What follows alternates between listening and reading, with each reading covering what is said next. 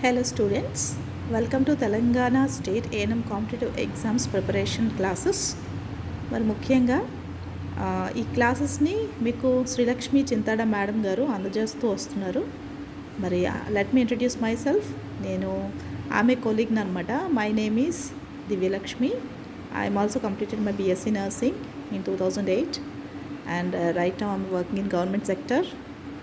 And ఆవిడ కొంచెం busy schedule వల్ల కొన్ని క్లాసెస్ని స్టూడెంట్స్ కోసం అందించమని చెప్పి నాకు కొంచెం సిలబస్ ఇవ్వడం జరిగింది. అందులో పాటుగా నేను ఒక టాపిక్ని నేను సెలెక్ట్ చేసుకున్నానమ్మా. సో ఆ టాపిక్ పేరు మెంటల్ హెల్త్ అన్నమాట. అంటే మానసిక ఆరోగ్యం. ఈ మానసిక ఆరోగ్యం అనేది ఈ రోజుల్లో చాలా చాలా ఇంపార్టెంట్ అనేది అందరికీ తెలిసిన విషయమే. సో ఈ టాపిక్ సంబంధించి మీకు ఎలాంటి క్వశ్చన్స్ అడగచ్చు, అసలు ఇందులో ఉండాల్సిన అంశాలు ఏంటి, మీరు చదువుకోవాల్సిన అంశాలు ఏంటి వంటివన్నీ నేను కూలంకషంగా పరిశీలించి కొన్ని టాపిక్స్ నేను మీకోసం ప్రిపేర్ చేయడం జరిగింది.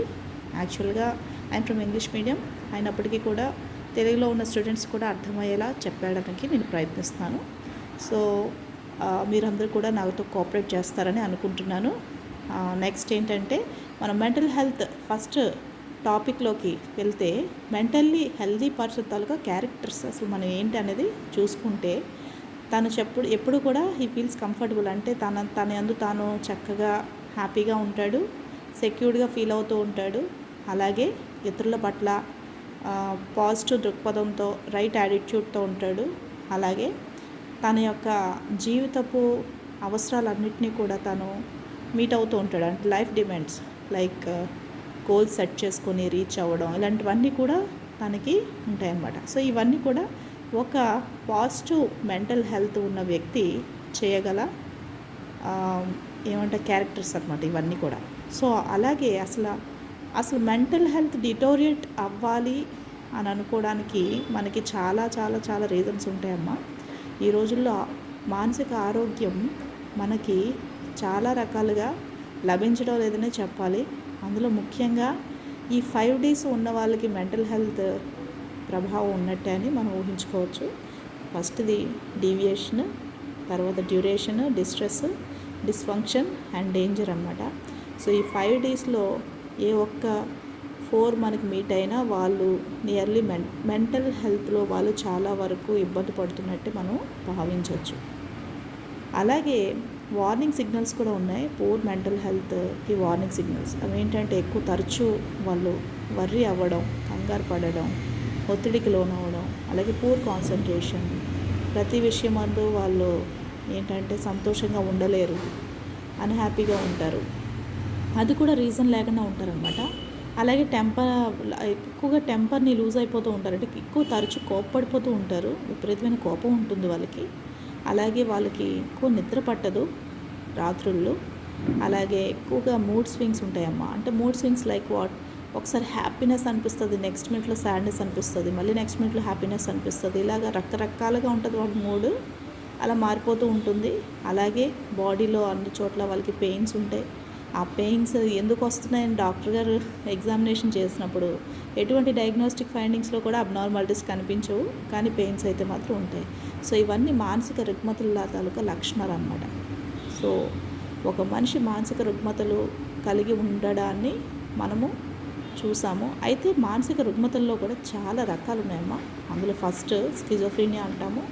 ఇది చాలా మూవీస్లో వినే ఉంటారు ఈ పదాన్ని. స్కిజోఫ్రీనియా అనేది స్ప్లిట్ పర్సనాలిటీ అనే ఒక వ్యాధికి సంబంధించిందనమాట. ఇందులో ఇంకా చాలా రకాలు ఉన్నాయి, నేను వివరంగా చెప్తాను. First let me introduce in a short way. First schizophrenia, తర్వాత మ్యానిక్ డిప్రెసివ్ సైకోసిస్ అనేది కూడా ఇంకొక వ్యాధి లక్షణం. ఈ మ్యానిక్ డిప్రెసివ్ అనేది ఏంటంటే ఇందులో 2 ఉంటాయి, మ్యానియా అండ్ డిప్రెషన్ కూడా ఉంటుంది. సో దీని గురించి కూడా మనం విపులంగా తెలుసుకుందాం. నెక్స్ట్ థర్డ్ వన్ ఏంటంటే పారానోయా. పారానోయాలోని మళ్ళీ 2 రకాలు ఉంటుంది, neurosis and personality and character disorders కలిపేసి ఉంటాయన్నమాట. ఇంకా చాలా రకాల మెంటల్ ఇల్నెసెస్ ఉంటాయి. సో కానీ మేజర్గా మనకి కనిపించేవి మాత్రం ఈ 3. ఇందులోనే చాలా రకాలు ఇంకా ఇమిడి ఉన్నాయి.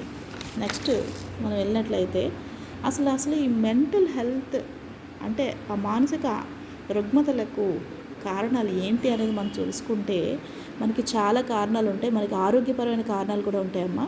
అందులో ఫస్ట్ది సెరిబ్రల్ ఆర్టీరియోస్క్లెరోసిస్. అంటే ఇది మెదడులో ఉన్నటువంటి రక్తనాళాలు ఉబ్బడం ద్వారా, లేకపోతే అక్కడ ఏమైనా రక్తనాళాల్లో ఏమైనా సాధారణంగా వాళ్ళకి ఏమైనా డిఫెక్ట్స్ ఉన్నా, ఇంకేదైనా రకమైన ఒక డిజార్డర్స్ ఉన్నప్పటికీ కూడా ఆ వ్యక్తి ఈ యొక్క మానసిక రుగ్మతలతో బాధపడవచ్చు.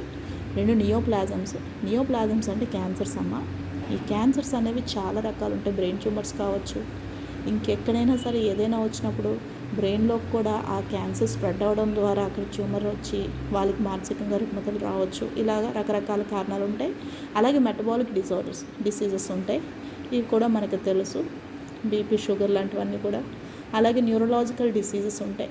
ఇవి నరాలకు సంబంధించినటువంటి వ్యాధులని మనకు తెలుసు. ఎండోక్రైన్ డిసీజెస్ ఇవన్నీ కూడా గ్లాండ్స్కి సంబంధించి, ఇప్పుడు డయాబెటీస్ ఉండదు, ఎండోక్రైన్ డిజార్డర్ అది. సో ఇలాంటివన్నీ కూడా మనకి కారణాలు కావచ్చు. అలాగే లాంగ్ టర్మ్ అంటే క్రానిక్ డిసీజెస్ అంటే లాంగ్ టర్మ్ నుంచి వాళ్ళు చాలా రోజుల నుంచి వ్యాధితో వాళ్ళు బాధపడుతున్నప్పుడు కూడా వాళ్ళ మానసిక స్థితి దెబ్బతినవచ్చమ్మా.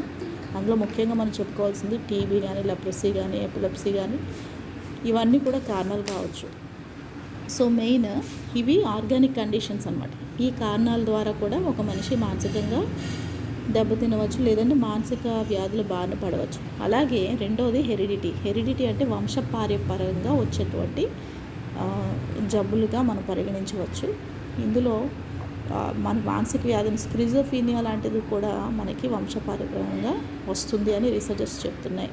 అంటే తల్లికి ఉంటే కనుక బిడ్డకి రావచ్చు. సో ఇందులో కూడా మనం జాగ్రత్తగా హిస్టరీ తీసుకునేటప్పుడు వాళ్ళ ఇంట్లో ఏమైనా మానసిక సమస్యలు ఉన్న వ్యక్తులు ఉన్నారేమో ముందు జనరేషన్లో కానీ మనం తీసుకోవచ్చు. అలాగే తర్వాత సోషల్ కాజెస్ కూడా చాలా ఉంటాయి. సోషల్ కాజెస్ అంటే వాళ్ళ డైలీ లైఫ్ వల్ల, అంటే వాళ్ళ వర్క్ వల్ల కావచ్చు, లేదంటే వాళ్ళు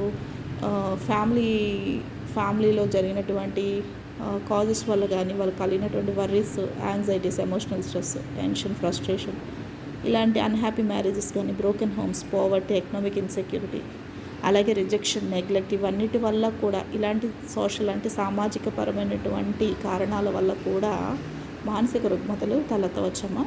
సో అయితే అసలు స్టాటిస్టిక్స్ ఏం చెప్తున్నాయి? మెంటల్ హెల్త్ స్టాటిస్టిక్స్ మన ఇండియాలోని అసలు ఎంతమంది వీటిని బాధపడుతున్నారంటే మొత్తం టోటల్ పాపులేషన్లో 5% కన్నా ఎక్కువ శాతం సివియర్ మెంటల్ ఇల్నెస్ని వాళ్ళు కలిగి ఉన్నారు. అలాగే 37% మందికి ఆల్రెడీ సూసైడల్ అంటే టెండెన్సీ అనేది, అంటే సూసైడ్ చేసుకుంటే బాగుంటుందేమో అనే ఒక ఆలోచన ఉండొచ్చు. అలాగే అందులో 10% మందికి ఆల్రెడీ సూసైడల్ అంటే ఎలా చనిపోవాలి అనే ప్లాన్స్ కూడా ఉంటాయని చెప్పి మన తాలూకా గణాంకాలు చెప్తున్నాయి మా స్టాటిస్టిక్స్. అలాగే 3% మంది సూసైడ్ అటెంప్ట్ చేసుకొని వాళ్ళలో బతకచ్చు, చనిపోవచ్చు అన్నట్టుగా కూడా ఉంటున్నారు. అందులో మనకి ప్రతి 1,00,000 మందిలో 22 మంది సూసైడల్ డెత్స్ అనేవి అంటే మన రికార్డ్స్లో ఉన్నట్టు మట్టికి మనకి బయటకు వస్తాయి. కాబట్టి ఇలాగా డెత్స్ కూడా నమోదవుతున్నాయి. ఒక సంవత్సరానికి కావచ్చు, ఒక రోజుకి కావచ్చు, ఇలాగనమాట. సో ఏదేమైనప్పటికీ కూడా అసలు ఇవన్నీ ఎందుకు జరుగుతున్నాయంటే ఈ మానసిక ఆరోగ్యం అనేది ప్రజల్లో చాలా వరకు ఉండటం లేదు. మనం వరల్డ్ అన్ని కంట్రీస్లోని 61st ర్యాంక్లో ఉన్నాం అన్నమాట. ఒక విధంగా మన ఇండియాలో సూసైడ్స్ ఎంతగా జరుగుతున్నాయి అని ఫస్ట్ ర్యాంక్ నుంచి వేసుకొని వస్తే మన ర్యాంక్ 61లో ఉన్నాం మనం. సో అంత విధంగా మనం ప్రభావితం అవుతున్నాం. అయితే ఇందులోని మనం బాధపడాల్సిన విషయం ఏంటంటే ఈ మధ్యకాలంలో తరచూ డ్రగ్ అబ్యూస్ లాంటి ఒక పదార్థం దాని ఇన్వాల్వ్మెంట్లో ఉండడం వల్ల యూత్ చాలా వరకు దీనికి లోనవుతూ వస్తున్నారు. సో ఇవన్నీ కూడా మరి మానసిక ఆరోగ్యాన్ని ఎంతగానో దెబ్బతీస్తున్నాయి. అయితే ఈ మానసిక ఆరోగ్యంలో కవర్ అయ్యే టాపిక్స్ కోసం మనం ముందు మనం చూసుకున్నాం. ఇది జస్ట్ ఇంట్రడక్షన్ క్లాస్ మాత్రమే. ఈ క్లాస్లో నేను ఆల్రెడీ చెప్పాను ఈ టాపిక్స్ మీద నేను దృష్టి పెడతాను అని. సో ఈ టాపిక్స్ మీద మనం ముందుకి మాట్లాడుకుందాం. Thank you all for your valuable cooperation.